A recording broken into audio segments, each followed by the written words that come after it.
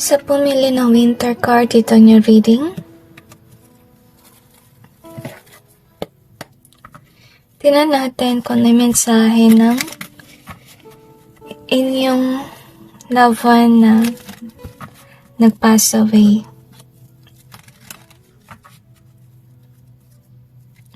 Ano yung mensahe ng kanilang kaluluwa?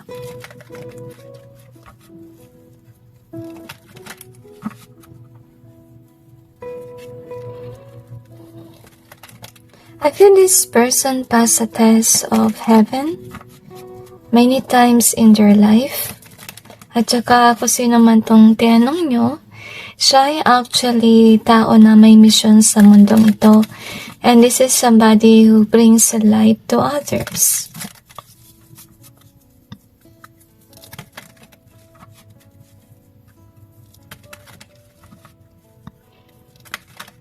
At marami rin siyang pinagdaanan sa buhay, pero hindi niya yun sinasabi. Nilihim niya yung kanyang mga pinagdaanan. Kung sino man siya, masayahin siya. Pero I feel like this person has been betrayed.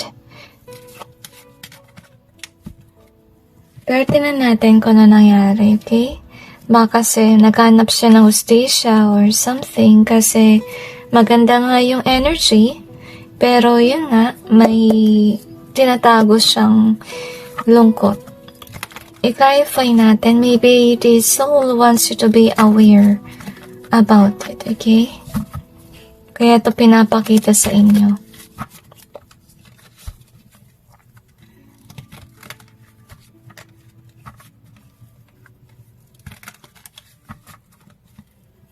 I feel like the soul is trapped somewhere.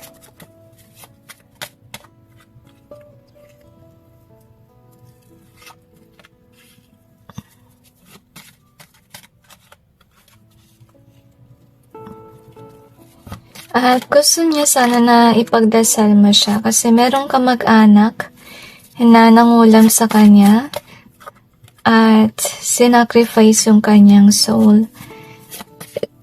Ibig sabihin lang noon na kaya siguro nangyari yun sa kanya na kinuha siya ng maaga or this person passed away.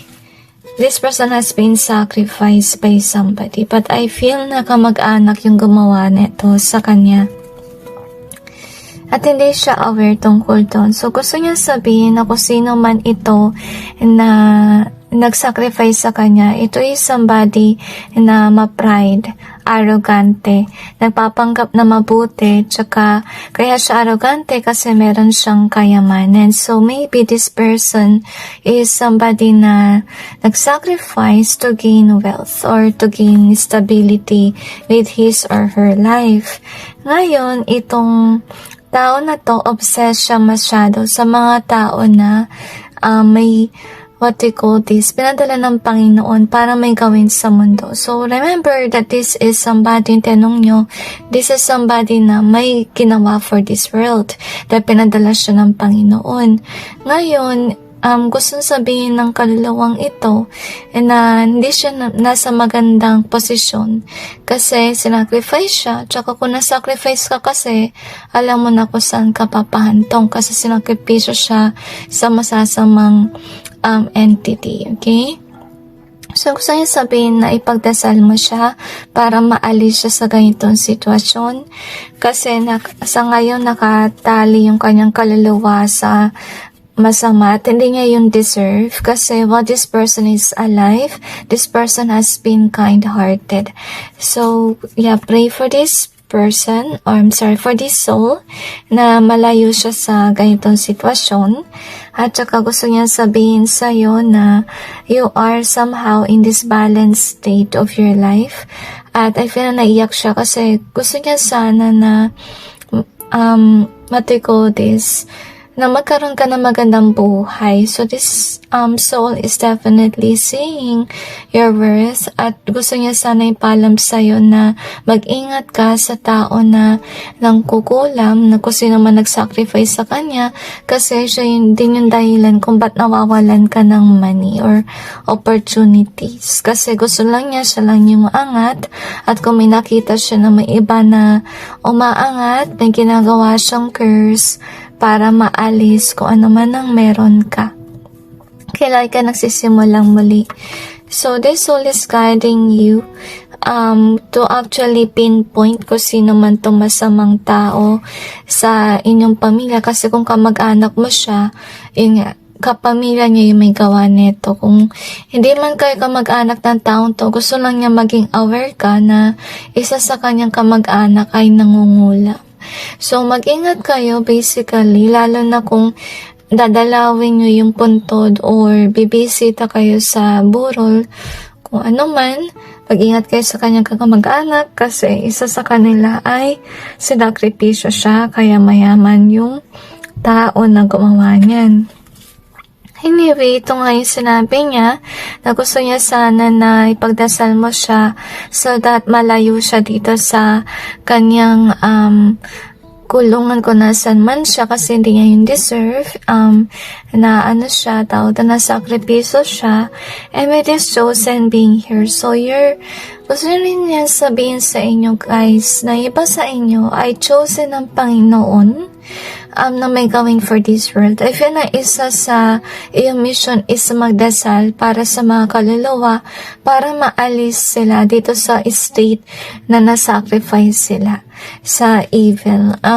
Hindi sila nakagawa ng masama habang nabubuhay sila. Meron tao na nagsacrifice sa kanila kaya sila namatay. No, anyway, yun nga, gusto niya sana na ipagdasal mo siya. At gusto rin niya sana na maraming tao magdasal sa kanya para malayo siya dito sa masamang, sa masamang kinalalagyan niya sa ngayon. And with this lesson learned, so I'm sensing here na yung dapat mo rin matutunan na may mga tao na ganito yung nangyari, kaya namatay sila maaga or may nangyari sa kanila. Gusto nila sana na ay paalam sa inyo na pagdasal niyo yung mga tao, lalo na yung mga mabubuti. Kasi sila yung madalas sa tina-target ang mga taong masasama para isakripisyo or kung ano man yung masamang gawa sa kanila. So, we have this card, Winter. So, ito yung description ko nasaan man yung kaluluwa na ito, na hindi niya gusto ko nasaan siya ngayon, kasi nasakripiso siya, so napunta siya sa mga evil entity kahit hindi niya nagugustuhan. So, sana ipagdasal niyo siya para magkaroon siya ng peace, okay? So, for hindi siya masyado makapag-concentrate kung yung gusto niyang sabihin sa'yo na iba, meron naman dito. Kasi yun nga, nakastuck siya sa hindi magandang sitwasyon. So, on your end, pray for this soul. Anyway, so we have the lie in reverse. We also have this one in either way. Gusto yun sana sabihin sa inyo na may tao na nagsisinungaling sa paligid. I feel na itong tao na to, a-attend din siya sa burol, kung sino man to, at itong tao na to ay mapagbalat kayo, so wag kayong papauto sa kanyang maskara. Kasi kung sino man yun, siya yung dahilan kung bakit marami sa kanyang kamag-anak or kakilala na may nangyari hindi maganda sa kanilang buhay. Dahil sa pag-sacrifice, yung gusto i-pinpoint ng kaluluwa na tinanong ninyo. So, you have the chain here. So, sa ngayon, nakatali siya sa evil entities kasi nga sinacrifice siya kung sino man yung masamang tao na yun. And I feel na hindi niya kagustuhan to at hindi siya rin aware. Siguro na nabubuhay siya, na nasakripisyo siya.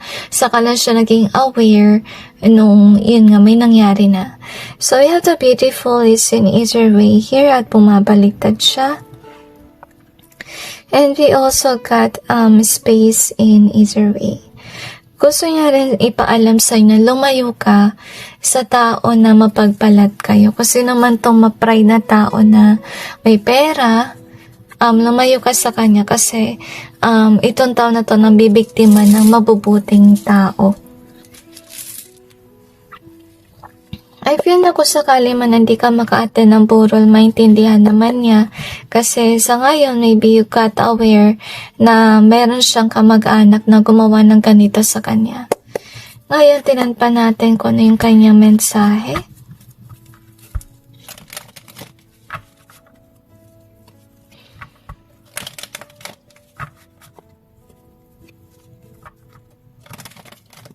I feel na kung sino man tong kaluluwa guys, hindi siya talaga matahimik.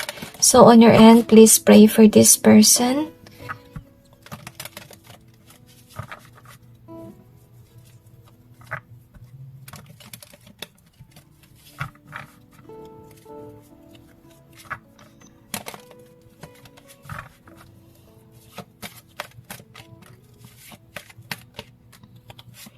Okay, gusto niya sabihin sa'yo na darating ang panahon makakarma kung sinong gumawa nito. I feel na itong kaluluwa na to galit na galit kung sino yung nag-sacrifice sa kanya. Okay? And then look at this one. So yun nga, galit siya at gusto niya talaga ng katarungan. So on this soul's end, nag-i-elwis siya kasi doon sa nag-sacrifice sa kanya. At, yung minibis siya sana hindi umasenso tong tao na to kasi nagsasacrifice siya para magkaroon ng money. Okay? So, gusto niya ipaalam sa inyo na kung makaalis siya dito sa pagkakasacrifice sa kanyang kaluluwa, magkakaroon siya ng magandang buhay. So, sana matulungan niyo siya, ipagdasal niyo siya hanggang sa magkaroon siya ng peace. Okay? Yun ang gusto niya mangyari. So, anyway, yung gusto rin niyang sabihin sa inyo, na huwag kayong mag-alala kasi darating ang panahon na I feel na magkakaroon kayo ng mga tao na makabuluhan. Kung sakali man naghahanap ka ng love sa inyong kapwa. Feel na naiiyak talaga siya kasi isa to sa mga tao na mapagmahal, mapag-aruga. At inaalis siya kasi nga pinag-initan siya ng tao na nag-sacrifice sa kanya. So, I feel na yung iba sa kanila, hindi man lang nila siguro nasabi sa inyo na mahal ka niya. But yet, this soul wants to tell you that he or she loves you, cares for you. At naiiyak siya kasi yun nga, maiksi yung panahon na nandito siya or agad siyang kinuha. I feel this person is kind of like more on action-oriented. Hindi siya yung sasabihin sa'yo na mahal ka niya and his all words.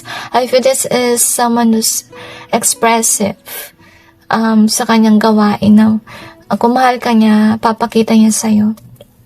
So, yun nga, nalulungkot siya kasi hindi niya maibigay sa'yo yung pagmamahal na yun since this soul passed away. So, gusto rin niyang ipaalam sa inyo na kung sakali man kamag-anak niyo siya, yung dahilan kung bakit kayo nagkakaroon ng issue with regard sa money dahil doon sa masamang tao na kamag-anak ninyo na obviously hindi siya yung somebody who works for God. This person works for evil. Kaya niya pinag-initan yung mga tao na mabubuti. So, madalas yung tina-target is yung somebody na mabuti, tinatarget niya yung finances sa mga taong binibiktima niya. And naiiyak siya, nalulungkot siya dahil dito kasi nakikita niya yung mga kamag-anak niya mabubuti na bibiktima. Okay? And I feel na yung pinot sa kanila is illusion spells din para matago yung true identity ng taong nangungulam or nagsasacrifice. So, gusto niya ipaalam sa inyo kung mabuti kang tao, wag kang mag-give up. Kahit nasabi natin na may nangungulam, inaatake niya yung finances mo, darating din ang panahon na hindi na epekto yan. Okay? So, I feel na iba sa inyo, tinanong niyo yung kamag-anak niyo. So, yung kamag-anak niyong ito, gusto niya ipaalam na hindi pa niya dapat oras na mamatay. Na-sacrifice siya. And that's the reason why this happened. Kaya until now, hindi siya at peace. Okay? At sinacrifice siya para magkaroon ng pera kung sino man yung nag-sacrifice sa kanya. Yun nga, I'm feeling here as well na nag-ending agad yung kanyang buhay at hindi siya talaga matahimik, hindi siya nakokontento kasi I feel natatanggapin naman niya kung talagang oras na niya, pero feeling ko kasi parang hindi niya oras eh. Okay, na-persa siya, I feel na nakulang mo na siya tapos sa sacrifice. And this person isn't aware na na-sacrifice siya before. At nung namatay siya sa kanya na-realize. So anyway, tinan naman natin kung ano yung karma ng taong nag-sacrifice sa kaluluwang ito.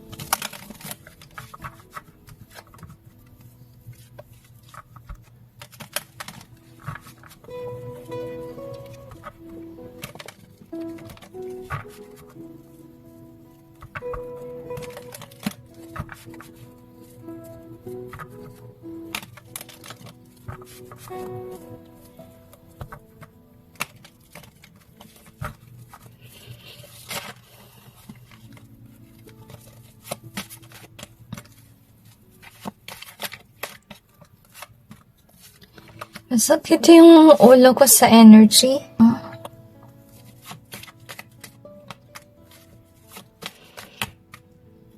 So, this person could have blockages already, okay? Lalo na sa throat, pinipilit kasi siya ng Panginoon na maglabas ng red flags para iwasan siya ng mga tao. I feel na yung kanyang pagiging arrogante might turn off people about him or her, okay? So, anyway, yung kanyang karma, kung sino yung kanyang binibiktima, magkakaroon niya ng success sa buhay. At saka, I feel here, and I feel na maiyak siya kasi this person will know. Yung mga binibiktima niya, this person will know na may ginawa siya na mga kulam and so on. Ngayon, dahil malalaman nila, aalis yung mga mabubuting tao sa kanyang buhay, as you can see here. Kasi kung sino man tong nangungulam, this person put burdens in people's lives, okay? So, justice will be served, as you can see here. So, isa sa kanyang karma, guys, yun nga, meron din magbebetray sa kanya. At saka, malalaman ng mga tao yung totoong kulay niya. At I feel na maiyak siya dahil doon. Kasi yun nga, these people made up their mind na iwan tong tao na to. At I feel na karma rin niya, may tao din nagagawa ng ganito sa kanya. Whether they like it or not, mangyayari din yun, nagkukulamin din siya. So anyway, mga biniktima niya, magkakaroon ng justice. So, magkakaroon sila ng good karma. Kaya, I feel na patuloy sila mamahalin at saka mabibless with money. Kahit nasabihin natin kiders yung kanilang pera, nakita mo naman dito. Pero, yun nga, bibigyan sila ng Panginoon ng trabaho na they will focus on. At dahil dito, nagkakaroon sila ng kayamanan. So, I really feel here, yung sikreto dito guys is iwasan nyo kung sino yung nangungulam para, maiwasan na rin yung pagbibigay sa'yo ng curse items or kung ano man. At saka, iwasan nyo rin daw mag-post, yun ang nasa-sense ko, kasi baka yung mga pinapost nyo, kinukulam niya. So, anyway, kung hindi nyo talaga alam kung sino itong gumagawa ng kamalian, mind as well na lang guys, mag-deactivate na lang kayo ng account. Huwag kayo mag-alala about sa messages, kasi kung mag-deactivate naman kayo ng account, yung messenger nyo naman masasave yun. Okay, mawala lang yung account nyo mismo dun sa Facebook deactivated, pero si messenger nandun. Ilagay nyo yung hindi yung forever na deactivated. Para ma-maintain. Kasi hindi ko alam kung ano may epekto kapag nilagay nyo dun sa deactivation is yung permanent na, okay? So, anyway, that's it with your reading. Ipagdasal nyo tong kaluluwa na to para maalis siya kung nasan man siya sa ngayon kasi hindi siya at peace. Pray over her or his soul. So, that's it guys, and God bless all of you.